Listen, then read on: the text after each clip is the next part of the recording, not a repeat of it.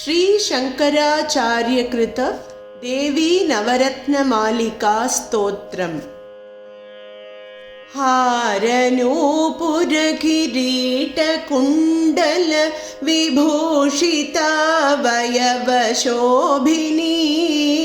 कारणेशवरमौलिकोटिपरि कल्प्यमानपदपीठिकां कालकालफणिपाशबाणधनुरङ्कुशाम् अरुणमेखलां फालभूतिलकलोचनां मनसि भावयामि परदेवताम्।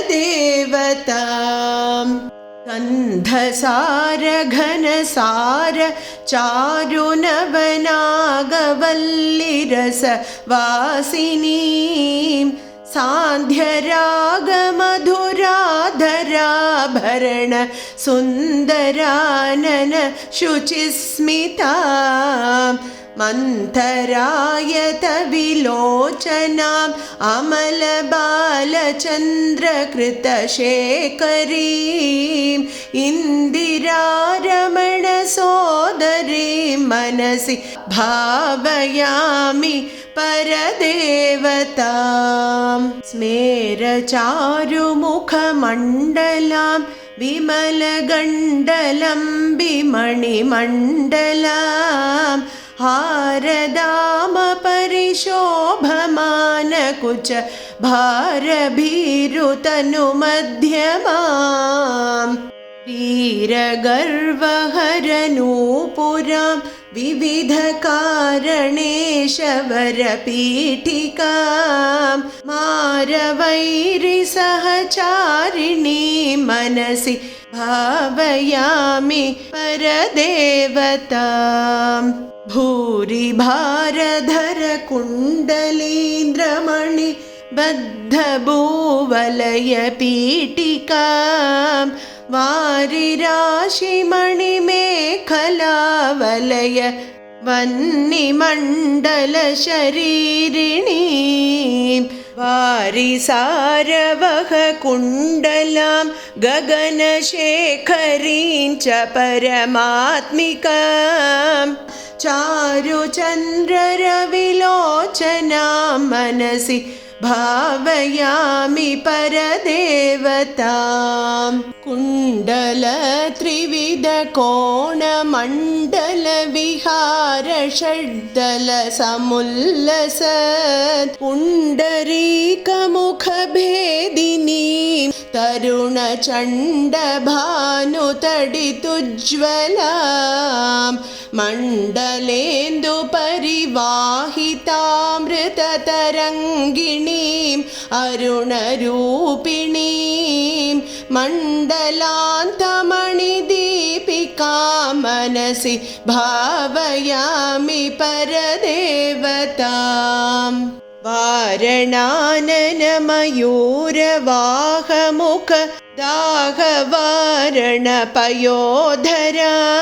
चारणादिसुरसुन्दरी चिकुर शेखरीकृतपदाम्बुजां कारणाधिपति पञ्चक प्रकृतिकारण प्रथममातृकां वारणान्तमुखपारणां मनसि भावयामि परदेवताम्।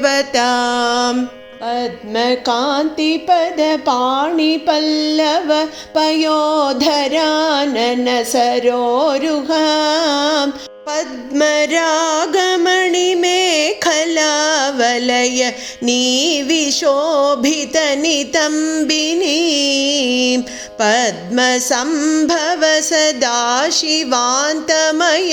पञ्चरत्नपदपीठिकां पद्मिनीं प्रणवरूपिणीं मनसि भावयामि परदेवताम्। आगमप्रणवपीठिकाम् अमलवर्णमङ्गलशरीरिणीम् आगमावयवशोभिनीं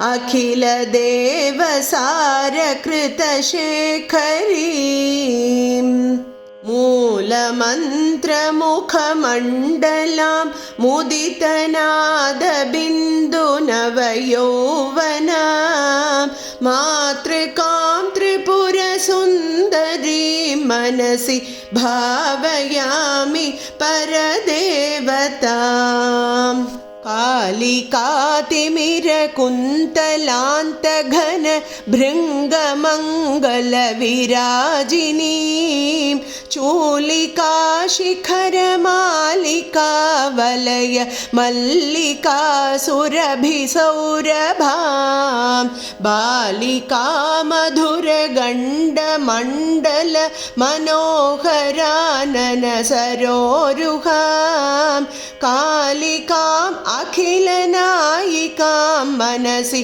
भावयामि परदेवताम् नित्यमेव नियमेन जल्पतां भुक्तिमुक्तिफलदामभीष्टदां शङ्करेण रचितां सदा जपेन्नाम रत्नवररत्नमालिकाम् इति श्रीशङ्करभगवतः कृतौ नवरत्नमालिकास्तोत्रं सम्पूर्णम्।